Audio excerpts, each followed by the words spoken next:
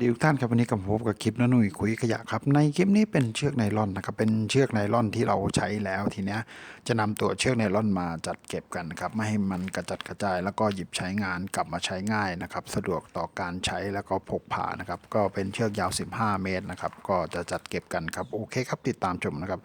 จากคลิปน้าหนุ่ยคุยขยะครับ